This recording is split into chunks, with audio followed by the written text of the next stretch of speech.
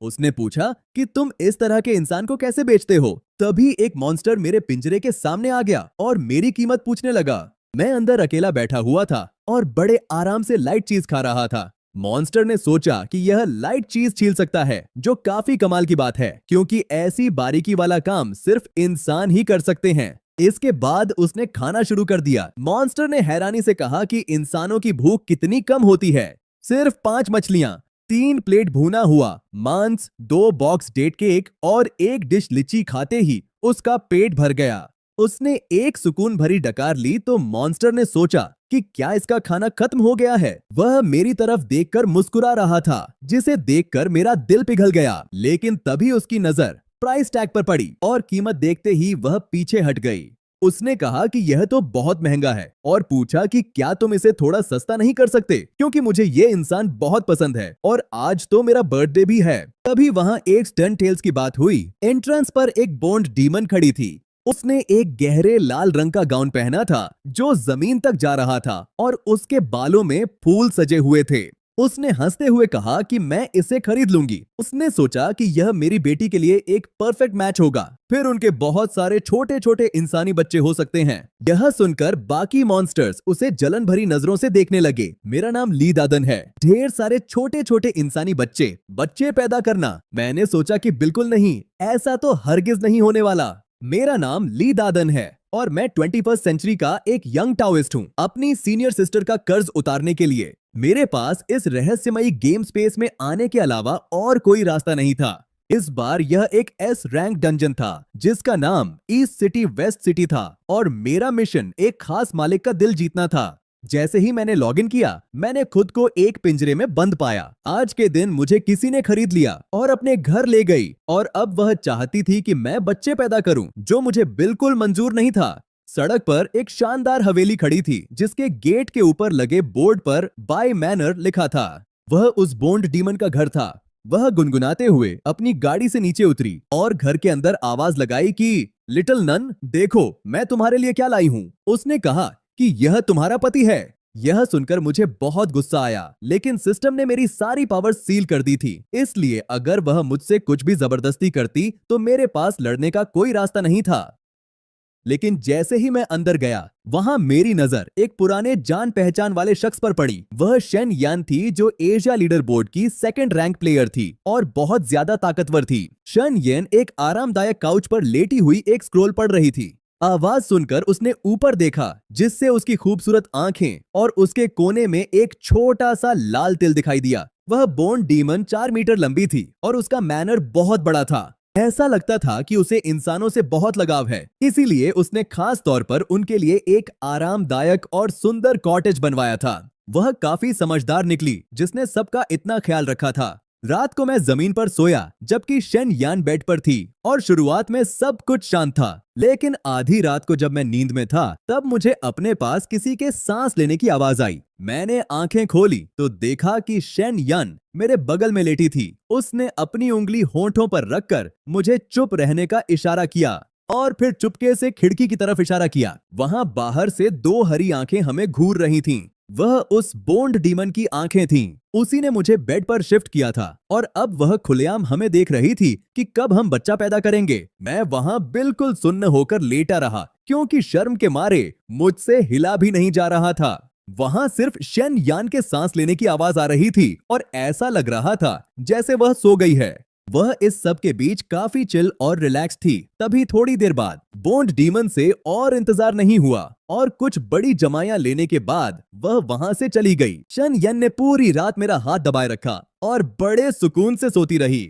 उस किताब में बताया गया था कि बॉन्ड डीमन ने इंसानों को काबू करने की काफी सारी टेक्निक्स सीख ली थी। एक शाम खिड़की से एक जलती हुई इंसेंस स्टिक अंदर आई और उसका हल्का धुआं पूरे कमरे में एक नशीली खुशबू की तरह फैल गया। और तभी अचानक मेरे शरीर में एक अजीब सी बेचैनी और गर्मी बढ़ने लगी। मेरी नजरें बार बार बैम्बू मैट पर बैठी शेन यान की तरफ जा रही थीं। उसकी स्किन एकदम चमकदार थी और उसकी आंखें बंद थीं। वह पूरी तरह से कंसंट्रेशन में थी और वह बहुत सुंदर लग रही थी, जैसे कोई बहुत ही खतरनाक पर प्यारा फूल हो। मेरा चेहरा शर्म से लाल हो गया। मैंने झट से ब्लैंकेट अपने ऊपर डाला और उसे जोर जोर से झटकने लगा। ताकि मैं अपने दिमाग से उन अजीब ख्यालों को निकाल सकूं। तभी ब्लैंकेट के बाहर से एक हल्की आवाज आई, जहां शेनयान इस असर को रोकने के लिए सूट्रास का पाठ कर रही थी। उसे देखकर मैंने भी खुद को संभाला और अपना ब्लैंकेट हटा दिया। मैं ढंग से बैठ गया और अपने मंत्रों का जाप शुरू कर दिया। इसके बाद हम दोनों वहां बैठ गए। एक सूत्रा पढ़ रहा था और दूसरा मांट्रा, और धीरे धीरे हमारी बेचैनी खत्म होने लगी। वहीं खिड़की के बाहर से बोन्ड डीमन हम दोनों को बड़े हैरान होकर देख रही थी। काफी देर तक देखने के बाद वह वहां से चली गई। उसने सोचा कि उसने सब कुछ ट्राई कर लिया, पर फिर भी यह दोनों बच्चा पैदा नहीं कर रहे हैं। वह घबराहट में गोल गोल घूमने लगी। उसने सोचा था कि जब हमारा कोई बच्चा होगा तो वह उसे तोहफे में मांग लेगी, पर हमने उसकी बात नहीं मानी। इसके बाद वह अपने दोस्तों विलो डीमन और बंजीकी से सलाह लेने गई। तब विलो डीमन ने कहा कि मेरा इंसान तो हमेशा चिल्लाता रहता है। मैंने उसे आंगन में लगाया, पानी दिया, खाद डाली और सारी सफाई भी की, पर फिर भी वह मुझसे बदतमीजी क्यों कर रहा है। तब किसी ने कहा कि ऐसे काम नहीं चलेगा, क्योंकि इंसान बहुत नाजुक होते हैं। देखो, इसमें लिखा है कि इंसानों को रात में बिस्तर पर गर्म और आरामदायक कपड़ों के साथ सोना चाहिए। उसने कहा कि विलो डीमन, तुम सच में बुद्धू हो, क्योंकि इंसान को मिट्टी में नहीं उगाते। दूसरे ने कहा कि मेरा वाला इंसान तो बहुत सीधा है और काफी टाइम से कोई शोर नहीं मचा रहा। वह एकदम शांत बैठा है और बिल्कुल हिल भी नहीं रहा। तब पूछा गया कि क्या वह खाने पीने के लिए हिल रहा है, तो उसने जवाब दिया कि मैंने उसे अभी तक कुछ खिलाया ही नहीं। तुम्हें तो पता ही है कि हम स्पिरिट्स कुछ नहीं खाते। इस पर उसने समझाया कि यह गलत है, क्योंकि किताब के हिसाब से इंसानों को रोज खाना चाहिए, वरना वह मर जाएंगे।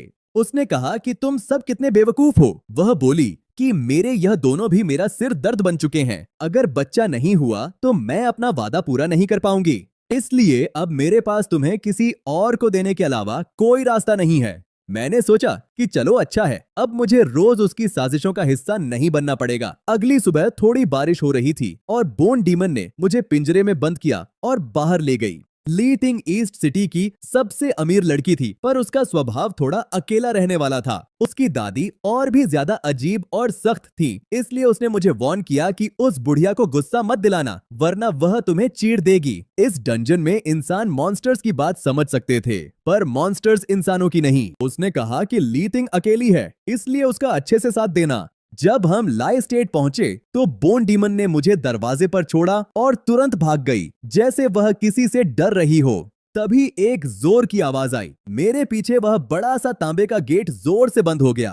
फिर एक काली बिल्ली, जो वहां की स्टीवर्ड थी, उसने मेरा पिंजरा उठाया और हवेली के अंदर ले जाने लगी।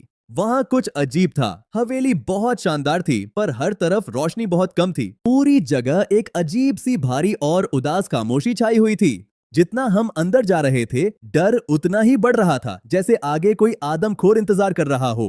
तभी काफी देर बाद सिस्टम की आवाज आई कि 31 प्लेयर्स मारे गए हैं और सिर्फ 19 बचे हैं। इतने सारे लोग मर गए, क्या उन्हें उनके मालिक ने खा लिया था? पिछले कुछ दिनों में बोन डीमन मुझसे बच्चा पैदा करने की उम्मीद कर रही थी, लेकिन मैं एक शरीफ किस्म का इंसान था और उसकी ख्वाहिश पूरी करने के लिए मैं कुछ नहीं कर सकता था। पर अब मुझे अपने नए मालिक का पूरी तरह से दिल जीतना था। हम एक बरगद के पेड़ के नीचे पहुंचे, जहां कोई मेरी तरफ पीठ करके बैठा चाय पी रहा था और उसने सफेद फर पहना था। उस काली बिल्ली ने बताया कि मालकिन बोन डीमन बाई चेन ने आपके लिए एक तोहफा भेजा है। उसने सोचा कि बाई चेन ने क्या भेजा होगा। जैसे ही मैं बाहर निकला, गलती से मेरा पैर पिंजरे के दरवाजे में फंस गया और मैं लड़खड़ा गया। इसके बाद चाय गिर गई। नई मालकिन की सुंदर रेशमी ड्रेस पर एक बड़ा सा दाग फैल गया। उसने कहा कि यह तोहफा तो बड़ा स्वादिष्ट लग रहा है, क्या मैं इसे आज के डिनर में मिला दूं? मैंने घबराकर सोचा कि रुकिए, मेरा मांस बहुत सख्त है, मैं खाने में बिल्कुल अच्छा नहीं लगूंगा। उसने कहा कि मैं हूं ना, इसे डराओ मत। वह कहने लगी कि यह कितना क्यूट है, कितना ज्यादा एडोरेबल है। मेरी नई ओनर ली थिंग एक सफेद बिल्ली थी, जो 5 मीटर लंबी और एकदम बर्फ जैसी सफेद थी। वह देखने में एकदम साफ सुथरी और बेदाग लग रही थी। उसकी आंखें नीली और बैंगनी रंग की थीं, पर दुख की बात यह थी कि वह ब्लाइंड थी। उस शाम बताया गया कि मिस ली ददान यहाँ आ गया है और फिर मैं और ली थिंग एक साथ डिनर करने बैठ गए। वह बड़े ही तमीज से अपनी प्लेट से ताजा मछली के छोटे और शानदार टुकड़े करके खा रही थी। मैंने अपने सामने रखी चीज को हैरानी से घूरा, जो एक बड़ी कच्ची मछली थी जिसमें से खून निकल रहा था और उसके अंदर के अंग भी नहीं निकाले गए थे। उसने पूछा कि मेरे नन्हे मेहमान, क्या तुम्हें यह पसंद नहीं आया? मैं उछलकर उसके हाथ पर गया और पागल की तरह इशारे करने लगा। मैंने बताया कि मुझे यह पकी हुई चाहिए। पकी हुई का मतलब है आग पर भुनी हुई, और अगर ऊपर से थोड़ा नमक हो तो मजा ही आ जाए। मैंने आग जलने और नमक छिड़कने की एक्टिंग करते हुए उसे समझाया। हम दोनों के बीच बात करना एक बहुत बड़ा चैलेंज था, क्योंकि न तो वह मेरी भाषा समझ सकती थी और न ही वह मेरे इशारे देख सकती थी। तभी स्टीवर्ड हंसने लगी और बोली कि यह मिट्टी खाना चाहता है। इस पर ली टिंग ने कहा कि यह मिट्टी बिल्कुल नहीं हो सकती। मैं समझती हूँ यह क्या कह रहा है। मैंने सुकून की सांस ली कि चलो कोई तो समझदार है, और वापस अपनी कुर्सी पर बैठ गया। थोड़ी देर बाद वहां क्या हुआ, एक नौकर कंचुए से भरा हुआ थाल लेकर आ गया। मैंने निराशा से उसे घूरा और सोचा कि मैं तो भूखा ही मर जाऊंगा। इन लोगों को अपनी बात समझाना नामुमकिन लग रहा था। लेकिन फिर स्टीवर्ड मुस्कुराई और एक सुनहरी चमकती हुई भुनी हुई मछली बाहर लाई। वह एकदम सही गर्म थी। मुझे मानना पड़ा कि भले ही वह मजाक करती हो, पर है तो तेज दिमाग वाली। तभी अचानक दरवाजे के बाहर से अनाउंसमेंट आई कि जल्दी करो, डिनर तैयार करो, क्योंकि ओल्ड मिस्ट्रेस वापस आ गई हैं। उन्होंने बताया कि लेडी को ऑर्गन्स बहुत पसंद हैं, और वह भी कच्चे। सारे नौकर काम में लग गए। मेरा दिल बैठ गया। बोन डीमन की वह वार्निंग मेरे कानों में गूंजने लगी कि कुछ भी करना, पर उस लेडी को मत छेड़ना, वरना वह तुम्हें कच्चा चबा जाएगी। लेडी ने छींके हुए कहा कि मुझे लग रहा है यहाँ कोई इंसान मौजूद है। और तभी ली टिंग की लेडी, जो एक लाठी के सहारे चलने वाली बूढ़ी बिल्ली डीमन थी, दरवाजे से अंदर आई। उसके कदम धीरे और लड़खड़ा रहे थे और उसका शरीर कमजोर था, लेकिन उसकी नजर एकदम तेज और तेवर बहुत गुस्से वाले थे। उसके आते ही पूरी हवेली में सन्नाटा छा गया। तब ली टिंग ने कहा कि लेडी, ये मेरा खजाना है, आप इसे नहीं खा सकती। लेडी ने कहा कि पागल बच्ची, क्या तुम्हें लगता है तुम्हारी लेडी ऐसी गंदी चीज अपने मुंह में डालेगी? उन्होंने समझाया कि इंसान बहुत चालाक, नीच और धोखेबाज होते हैं, और यह बड़े घिनौने जीव हैं जिन्हें खाने से पेट खराब हो जाएगा। उन्होंने गुस्से में कहा कि इंसान को खाने से तो अच्छा है मैं भूखी ही रह लूं। लेडी ने फिर छींक कर कहा कि मुझे फर से एलर्जी है और हम इस घर में कोई गंदी चीज नहीं रख सकते। उन्होंने हुक्म दिया कि इसे वेस्ट सिटी में बेच दो, वहां के डीमंस इसके टुकड़े टुकड़े कर देंगे। ली टिंग रोने लगी और लेडी से मिन्नतें की कि प्लीज ऐसा मत कीजिए, मुझे इसे अपने पास रखने दीजिए। उसने वादा किया कि वह कोई मुसीबत खड़ी नहीं करेगी। तब लेडी ने कहा कि ठीक है, मैं यह तुम पर छोड़ती हूं, लेकिन उन्होंने वार्न किया कि अगर इस चालाक जीव ने कोई भी शरारत की तो वह खुद इसे अपने हाथों से चीर देंगी। मैं वहां निराशा में डूबा हुआ था। मैंने सोचा कि मैं एक सीधा बच्चा बनकर नहीं रह सकता। सिस्टम ने बताया कि एक च्यूवी फ्रूट खाने से मेरी एबिलिटीज वापस आ सकती हैं, और मुझे वह ढूंढना ही था। फिर उस रात जब सारे डीमन सो गए थे, मैं चुपके से अपने बिस्तर से बाहर निकल गया। मैं जितना तेज हो सके उतना भागा, पर रास्ता भटक गया। मैं जितना तेज भागता उतना ही ज्यादा उलझ जाता और गलती से लेडी के कमरे में पहुंच गया। मैंने अंदर से बातों की आवाज सुनी, जहां कोई कह रहा था कि कल मैंने आधा इंसान खाया जो काफी स्वादिष्ट था। उसने लेडी से कहा कि तुम्हें भी इसे जरूर ट्राई करना चाहिए। लेडी ने कहा कि तुम्हारे साथ डील करने का मेरा मकसद सिर्फ इंसानों से नफरत है, ना कि इसलिए क्योंकि मुझे उन्हें खाने का लालच है। उसने कहा कि तुम कितनी सख्त हो, पर इंसानों से ऐसी नफरत कम ही मिलती है। उसने पूछा कि क्या बच्ची ली टिंग की आंखें एक इंसान की वजह से ही ब्लाइंड हुई थी ना? लेडी ने कहा कि फिर भी वह बच्ची उन्हें पास रखना चाहती है, शायद वह बचपन की बात भूल गई है। फिर वह लोग बात करने लगे कि ईस्ट सिटी में अभी 12 इंसान हैं। आधे महीने बाद ली एस्टेट में एक फ्रेश फिश बैंक्वेट होगा, जिसमें 11 इंसानों के मालिक आएंगे। उन्होंने प्लान बनाया कि जब उनके मालिक बाहर होंगे तब अपने लोगों को भेजकर उन बेचारे जीवों को चुरा लेना। तब पूछा गया कि सिर्फ 11 ही क्यों, आखिरी वाले का क्या हुआ? तभी लेडी ने हंसते हुए कहा कि आखिरी वाला तो यहीं खड़ा सब सुन रहा है ना। और तभी अचानक सन्नाटा छा गया। क्या आखिरी वाला वहीं खड़ा सब सुन रहा है? मुझे समझ आ गया कि मैं पकड़ा गया हूं। तभी अचानक किसी ने मुझे ऊपर उठा लिया। मुझे पकड़ने वाली और कोई नहीं बल्कि ली टिंग थी, और उसने अपने होठों पर उंगली रखकर मुझे शांत रहने को कहा। फिर वह उस लेडी की तरफ चलने लगी जो अभी अभी आंगन में निकल कर आई थी। उसने बड़े ही आराम से मुझे अपने रेशमी स्लीपिंग रोब के अंदर छुपा लिया और उसने पूछा कि लेडी, आप अभी तक क्यों जाग रही हैं? तब लेडी ने सवाल किया कि तुम इतनी रात को यहां मेरे कमरे के पास क्या कर रही हो? ली तिंग ने बहाना बनाया कि उसे एक बुरा सपना आया था जिसमें लेडी बीमार थी, पर लेडी ने कहा कि मैं एकदम ठीक हूं और तुम अभी जाकर आराम करो। इसके बाद मैं उस नन्ही मालकिन के साथ वापस उसके कमरे में चला गया। कमरे में पहुंचते ही ली तिंग ने सारे नौकरों को भेज दिया और मुझे अपने रोब से बाहर निकाला।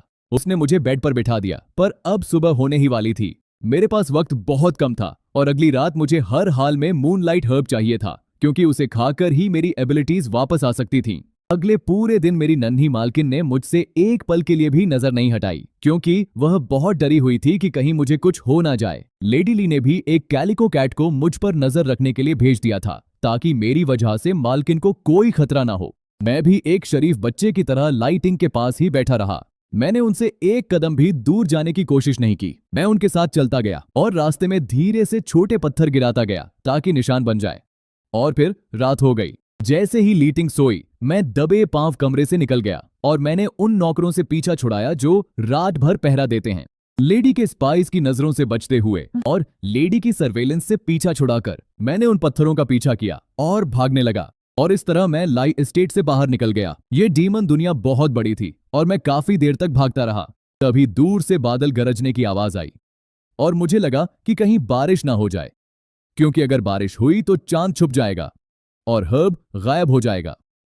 लेकिन मैं रुका नहीं, क्योंकि मैं इतनी दूर आ गया था और मुझे कोशिश तो करनी ही थी। चांद बादलों से बाहर निकल आया और उसकी रोशनी बहुत तेज चमक रही थी। तभी एक चट्टान पर मुझे वह चमकता हुआ सेलेस्टियल हर्ब दिखा और मैंने एक बेल को अपनी कमर से बांध लिया। मैं धीरे धीरे मूनलाइट हर्ब की तरफ बढ़ा। बस थोड़ा सा दूर और था और आखिर मैंने उसे पकड़ लिया। फिर तभी ऊपर से एक बिल्ली के रोने की आवाज आई। ये वही कैलिको स्पाई बिल्ली थी जिसे लेडी ने भेजा था। उसने कहा कि इंसान सच में बहुत धोखेबाज और नीच होते हैं, और तभी उसने बेल को एक ही झटके में काट दिया। हवा बहुत तेज चल रही थी। मैं नीचे गिर गया, पर मैं मरा नहीं। मैं चट्टान से निकले एक छोटे पेड़ पर अटक गया था। मुझे बहुत चोटें आई थीं, पर मूनलाइट हर्ब अभी भी मेरे हाथ में था। तभी सिस्टम ने कहा कि बधाई हो, प्लेयर को मूनलाइट हर्ब मिल गया है। ये आइटम प्लेयर की 50% एबिलिटीज वापस ला सकता है या फिर किसी ब्लाइंड की आंखों की रोशनी ला सकता है, लेकिन इसकी सिर्फ एक ही डंडी है, इसलिए फैसला सोच समझकर करना।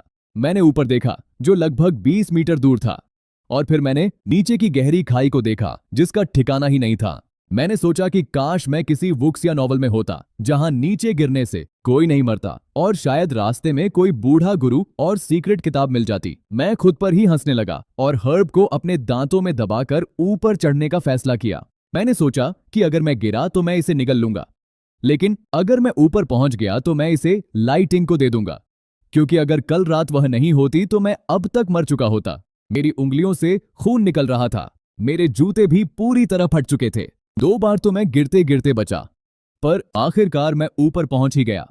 और जब मैं लाई एस्टेट वापस आ गया तब तक दोपहर हो चुकी थी। मुझे इतनी बुरी हालत में देखकर काली बिल्ली स्टुअर्ट बहुत हैरान हुई और उसने पूछा कि तो आखिर तुम वापस आ ही गए क्या? तुम्हें अंदाजा भी है कि नन्ही मालकिन तुम्हारे लिए कितना रोई है? स्टुअर्ट ने चिल्लाकर पूछा कि अरे तुम कहां जा रहे हो? मैं तुरंत भागता हुआ ली तिंग के कमरे की तरफ गया। खिड़की से धूप अंदर आ रही थी और ली तिंग वहां खामोश बैठी हुई थी और उसकी आंखों से आंसू बह रहे थे। उसकी नीली आंखें आंसुओं की वजह से नदियों जैसी लग रही थीं। जब उसने मेरे वापस आने की आवाज सुनी तो भारी आवाज में बोली कि मुझे लगा तुम मुझे छोड़कर चले गए हो। मैंने जल्दी से उसे मनाया और कहा कि तुम कितनी प्यारी बिल्ली हो। फिर मैंने बड़े गर्व के साथ मूनलाइट हर्ब उसके सामने रखा। मैंने उसे कहा कि इसे खाओ और तुम फिर से देख पाओगी, और बताया कि इसे लाने के लिए मैंने कितनी मेहनत की है। मैं बोलता ही गया, पर दुख की बात यह थी कि वह मेरी एक बात भी नहीं समझ पा रही थी। तभी ब्लैक कैट स्टुअर्ट आई और उसने मेरे जख्मों पर दवा लगाई। थोड़ा गुस्से और थोड़ी चिंता में उसने मुझे पूरी तरह बैंडेजेस से लपेट दिया। डिनर के वक्त मैंने क्या किया? मैंने मूनलाइट हर्ब को ली तिंग की प्लेट में रख दिया। स्टुअर्ट चिल्लाई कि बदतमीज इंसान, तुम्हारी हिम्मत कैसे हुई मालकिन की प्लेट में हाथ डालने की? मैंने इशारा करके समझाने की कोशिश की कि इसे खाने से आंखें ठीक हो जाएंगी। बहुत देर तक एक्टिंग करने के बाद एक नौकर बोला कि मैं समझ गया, यह कह रहा है कि यह घास बहुत स्वादिष्ट है और इसे खाकर मजा आ जाएगा। मैंने कहा नहीं, बिल्कुल नहीं, फिर नौकर ने नया तुक्का मारा कि यह कह रहा है कि इसका स्वाद बहुत गंदा है और वह इसे नहीं खाना चाहता बल्कि मालकिन को खिलाना चाहता है। मैंने सोचा कि यह कैसा ट्रांसलेशन है। मुझे बहुत ज्यादा गुस्सा आ रहा था। तभी एक ने कहा कि यह कह रहा है कि यह जड़ी बूटी ब्लाइंड लोगों की रोशनी वापस ला सकती है। मैंने तुरंत हाँ में सिर हिलाया। तब ली टिंग ने पूछा कि क्या सच में मेरी रोशनी वापस आ सकती है। उसने कहा कि शायद तुम मुझे खुश करने के लिए यह सब कह रहे हो। मैंने वादा किया कि इस बार यह काम करेगा और मुझ पर भरोसा रखो। उसने पहले भी बहुत बार कोशिश की थी पर हर बार हार मिली थी, इसीलिए उसने उम्मीद छोड़ दी थी। फिर उसने कहा कि अगर तुम मुझसे वादा करो कि मुझे छोड़कर नहीं जाओगे तो मैं कोशिश करूंगी। अचानक वह चिल्लाई कि मेरी आंखों में दर्द हो रहा है। तुरंत शहर के सारे बड़े डॉक्टर्स को बुलाया गया और मुझे एक पिंजरे में बंद कर दिया गया। मैं अंदर बैठा घबरा रहा था कि कहीं सिस्टम मेरे साथ मजाक तो नहीं कर रहा था। तभी लेडी ली, जो किसी पार्टी में गई थी, तुरंत घबराहट में वापस आई। उन्होंने पूछा कि आखिर यहाँ हो क्या रहा है। नौकर ने कहा कि मालकिन शुक्र है आप आ गई हैं। जब उन्हें पता चला कि यह सब मेरी वजह से हुआ है तो उनकी गुस्से वाली नजर मुझ पर आ टिकी। उनकी नफरत एकदम आग जैसी थी और वह मुझे वहीं मारने के लिए तैयार थी। तब स्टीवर्ड ने कहा कि मालकिन, नन्ही मालकिन का दिल इस इंसान में बसा है। अगर आपने इसे मारा तो वह आपसे नफरत करने लगेगी, इसलिए उनके ठीक होने का इंतजार कीजिए। लेडी ली ने गुस्से में अपना हाथ झटका, जिससे बेचारी काली बिल्ली स्टीवर्ड दीवार से जा टकराई। उसके मुंह से खून निकलने लगा, लेकिन उसकी वजह से लेडी का ध्यान भटक गया और मैंने मौका देखकर पिंजरा खोला। मैं तुरंत दरवाजे की तरफ भागा, पर लेडी ली ने अपने पंजे निकाले और मुझ पर हमला करने के लिए झपटी। मैं मौत के एकदम करीब था। तभी अचानक क्या हुआ, एक सफेद साया मेरे सामने आ गया और वह ली टिंग थी। उसने चिल्लाकर कहा, लेडी इसे मत मारिए। उसने अपने दर्द की परवाह नहीं की और झुककर मुझे अपने हाथों में उठा लिया। तभी लेडी ली ने देखा कि कुछ तो बदल गया है। उन्होंने हैरानी से पूछा, बच्ची क्या तुम देख सकती हो? तब ली टिंग ने महसूस किया कि उसकी रोशनी वापस आ गई है। जब लेडी ने इशारा किया तब उसे समझ आया और वह खुशी से हंसने लगी। वह बहुत ज्यादा खुश थी। उसने कहा कि इसी नन्हे इंसान ने मेरी आंखें ठीक की हैं। इस सेलेस्टियल हर्ब की वजह से मेरी रोशनी वापस आई है। यह बात सुनकर क्या हुआ? लेडी ली थोड़ी हैरान और परेशान दिखने लगी। लेडी ने पूछा कि मैं तुम्हारा एहसान कैसे चुकाऊं, और उन्होंने तुरंत नौकर को सबसे ताजा और स्वादिष्ट मछली लाने को कहा। उन्होंने ऐसी मछली मंगवाई जिसके अंदर के सारे ऑर्गन्स मौजूद हों और वह एकदम फिसलने वाली हो। मैंने अपनी आंखें घुमाई और सोचा कि किसने कहा मुझे यह सब पसंद है। ली टिंग की आंखें ठीक करने के बाद मैं ली हवेली का सबसे खास मेहमान बन गया था। यहाँ तक कि वह सख्त मिजाज वाली बूढ़ी लेडी ली भी अब मुझसे अपना प्यार छुपा नहीं पा रही थी। उन्होंने अपना पंजा बढ़ाकर मेरे सिर को सहलाया और कहा कि किसने सोचा था इंसान के बाल इतने रेशमी और मुलायम होंगे। उन्होंने अफसोस जताया कि कितनी बुरी बात है कि मुझे इंसानों के फर से एलर्जी है। फिर थोड़ी देर बाद उन्होंने बड़े प्यार से मुझसे पूछा कि क्या तुमने खाना खा लिया है। उन्होंने पूछा कि तुमने खाने में क्या खाया था और पूछा कि क्या वह स्वादिष्ट था। फिर उन्होंने ध्यान दिया कि मैं जम्हाई ले रहा हूँ। उन्होंने पूछा कि क्या तुम थक गए हो और पूछा कि क्या तुम अब सोना चाहते हो। तभी मेरी नजर उनकी कलाई पर पहने जेड ब्रेसलेट पर पड़ी, जो बिल्कुल उस चिवाई फ्रूट जैसा था जिसका जिक्र शेन यान ने किया था। स्टीवर्ड ने तुरंत टोका कि इसे मत छूना, क्योंकि यह ओल्ड मिस्ट्रेस की बेटी की निशानी है और यह उनकी सबसे कीमती चीज है। लेकिन लेडी ने क्या किया? उन्होंने वह ब्रेसलेट उतार दिया। हालांकि उनकी आंखों में थोड़ी झिझक साफ दिख रही थी। उन्होंने काफी देर तक इस बारे में सोचा और फिर मुझसे कहा कि दुनिया में ऐसे बहुत से जेड ब्रेसलेट्स मिल जाएंगे। लेडी ने कहा कि वह कल मेरे लिए पूरी टोकरी भरकर ऐसे ब्रेसलेट्स मंगवा देंगी। देखते ही देखते 10 दिन बीत गए और मैं वहां काफी सेटल हो गया था। कैट डीमन की उस हवेली में मेरा जीवन काफी आरामदायक था, जहां खाने पीने की कोई कमी नहीं थी। तभी अचानक खिड़की पर शेन यान दिखाई दी। उसने बताया कि वेस्ट सिटी के डीमंस अब रेस्टलेस हो रहे हैं। उसने कहा कि वह यहाँ इंफॉर्मेशन शेयर करने आई है। अगला शहर 2 हिस्सों में बंटा हुआ था, ईस्ट सिटी और वेस्ट सिटी। ईस्ट सिटी के डीमंस इंसानों को प्यारे पेट्स की तरह देखते थे, लेकिन वेस्ट सिटी के डीमंस इंसानों को सिर्फ खाना समझते थे। जो प्लेयर्स वेस्ट सिटी में उतरे थे वह सर्वाइवल मोड में थे, पर ईस्ट सिटी वाले कॉन्क्वेस्ट मोड में मजे कर रहे थे। इंसान इतने रेयर थे कि वेस्ट सिटी ने अपने सारे इंसान खा लिए थे और अब उनकी नजर ईस्ट सिटी पर थी। उन्होंने सुना था कि लेडी ली इंसानों से नफरत करती हैं, इसलिए वह उनके साथ मिलकर ईस्ट सिटी के इंसानों को चुराना चाहते थे। उसने बताया कि वेस्ट सिटी के रेस्टोरेंट्स में एक जोड़ी आंखों की कीमत 50 गोल्ड है, लेकिन किसी वजह से लेडी ली ने अपना मन बदल लिया है। और तुम जानते ही हो ऐसा क्यों हुआ। मैंने मजाक में कहा कि शायद मेरा चार्म ही इतना ज्यादा है कि वह मुझे छोड़ नहीं पा रही है। यह सुनकर शेन यान के मुंह से चाय निकल गई और उसने बताया कि लेडी ने वेस्ट सिटी से डील तोड़ दी है। वेस्ट सिटी को जब इंसानी मांस नहीं मिला तो उन्होंने ईस्ट सिटी पर हमला करने का प्लान बना लिया। मैं हैरानी से उसे देखता रह गया। मैंने सोचा कि क्या सच में सिर्फ खाने के लिए यह सब हो रहा है। वेस्ट सिटी एक वक्त के खाने के लिए लड़ रही थी और ईस्ट सिटी अपने प्यार के लिए लड़ रही थी। जब से बोन डीमन ने ह्यूमन केयर गाइड पब्लिश की थी तब से वह किताब हर जगह पॉपुलर हो गई थी। बोन डीमन बड़े ही जोश से चिल्ला रहा था कि यह लो ह्यूमन केयर गाइड और सबसे आगे रहो। उसने कहा कि चाहे आपके पास पीठ हो या न हो, पर इसकी जरूरत सबको है। विलो डीमन का इंसान प्लेयर लू वेंगसिंग था। केयर गाइड को अच्छे से पढ़ने के बाद उसने क्या किया, उसने लू वेंगसिंग को अपने गार्डन की मिट्टी से बाहर निकाला और उसके लिए एक ग्रेप वाइन वाला झूला भी बनाया। विलो डीमन की खुशी के लिए लू वेंगसिंग को न चाहते हुए भी उस झूले पर बैठना पड़ा। बांजिकी का इंसान प्लेयर चंड्री यिंग थी। जब उसे पता चला कि इंसानों को रोज खाना चाहिए तो उसने उसके लिए कुकिंग करने की कोशिश की, लेकिन लगातार 7 बार किचन उड़ाने के बाद उसने हार मान ली। फिर उसने पेट शॉप के ओनर के पास जाकर इंसानी खाना खरीदने का फैसला किया। वहां से वह pork ribs, tofu, prawns, wine और एग टार्ट्स लेकर आई। खाना खाकर चंड्री यिंग का वजन काफी बढ़ गया था। बांजिकी थोड़ी शांत स्वभाव की थी, पर चंड्री यिंग बहुत जिंदा दिल और खुश मिजाज थी। पेट भरकर खाना खाने के बाद वह जिद करके बांजिकी के ऊपर ही सो गई। बांजिकी को फिक्र थी कि उसे कहीं दर्द न हो, इसलिए उसने बड़े प्यार से उसके ऊपर एक कंबल ओढ़ा दिया कि कहीं उसे ज्यादा गर्मी न लगने लगे। उसने तो विलो डीमन से एक बुना हुआ पंखा तक उधार ले लिया था। इंसानी पेट शॉप के पिग डीमन ने आखिरकार प्लेयर रुअन शाओ यू को भी खरीद लिया। पिग डीमन को खूबसूरत चीजें पसंद थीं और रुअन शाओ यू रोज नए कपड़े पहनती थी।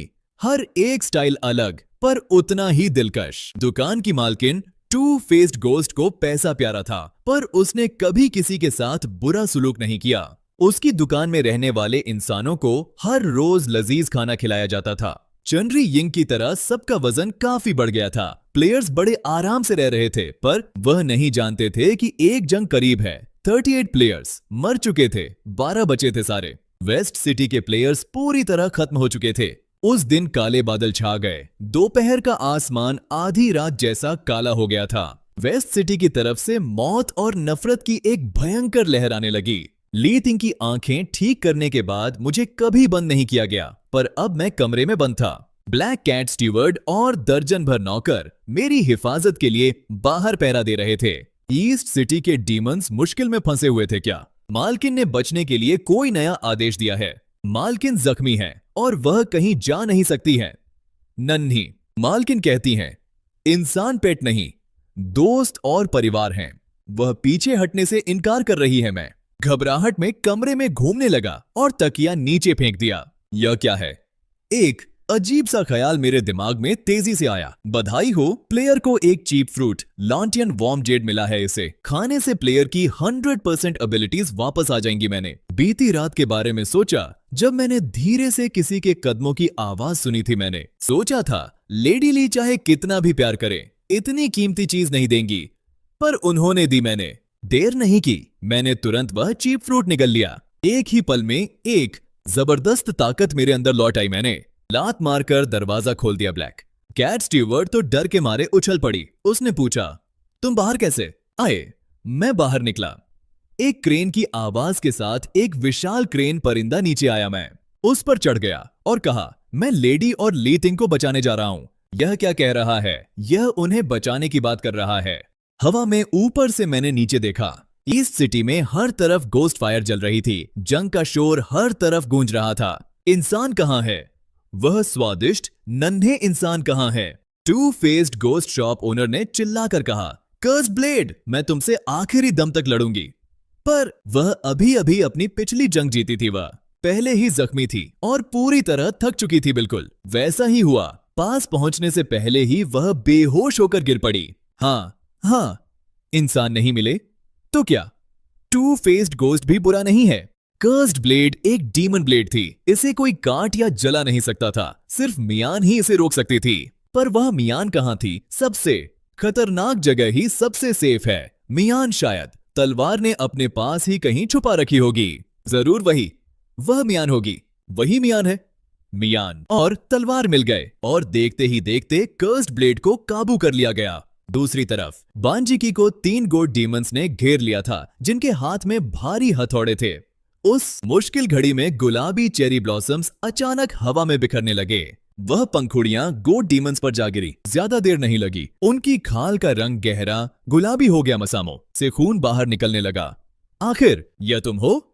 लू वेंगसियांग ने विलो डीमन को बचाया, जो बुरी तरह जख्मी हो चुकी थी। शेन गैन ने बोन डीमन के दुश्मनों को खत्म करने वाला मंत्र पढ़ा। रुअन शो यू ने पिग डीमन को अपने पीछे छुपा लिया और एक ही साफ निशाने से एक दुश्मन को ढेर कर दिया। सारे बचे हुए 12 प्लेयर्स अपनी अपनी जंग लड़ रहे थे और मुझे ली टिंग और लेडी मिल गए। लेडी छत पर खड़ी स्प्लिट माउथ सॉन्गस्ट्रेस से जंग लड़ रही थी। ली टिंग हवेली के बाकी डीमंस के साथ मिलकर टास्करों से लड़ रही थी। जब तक मैं वहां पहुंचा तब तक लेडी ली बुरी तरह जख्मी हो चुकी थी। आसमान से बिजली की एक भयंकर गरज हुई। मेरे गुस्से की बिजली व स्प्लिट माउथ सॉन्गस्ट्रेस छत से नीचे गिरी और बेहोश हो गई। जख्मी लेडी ली का शरीर अब छोटा होने लगा था। वह छोटी होती गई एक विशाल डीमन से। अब वह एक हाथ जितनी हो गई थी। मैं छत पर कूद गया और मैंने कहा, चिंता मत कीजिए, मैं आपकी हिफाजत करूंगा। हमारी भाषा अलग थी, पर वह सब समझ गई थी। नीचे सड़क पर ली टिंग और बाकी बिल्लियां हार रही थी। मैंने अपना हाथ उठाया और सील बनाई। हवा में 12 विशाल फायर टैलिस्मन्स उड़ने लगे।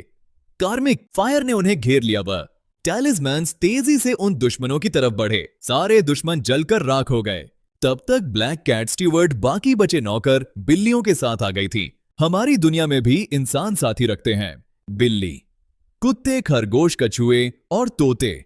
वह सिर्फ साथी नहीं थे, वह हमारे दोस्त थे।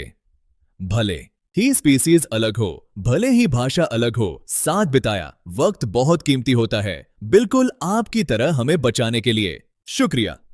अब मुझे आपकी हिफाजत करने दें, कैट। स्टीवर्ड ने मेरी बातों का उनके लिए अनुवाद किया। मैं जानता था ये स्टीवर्ड मेरी बातों को समझ रहा था। दूर से धूल और धुएं के बीच वेस्ट सिटी के और डीमंस आ रहे थे।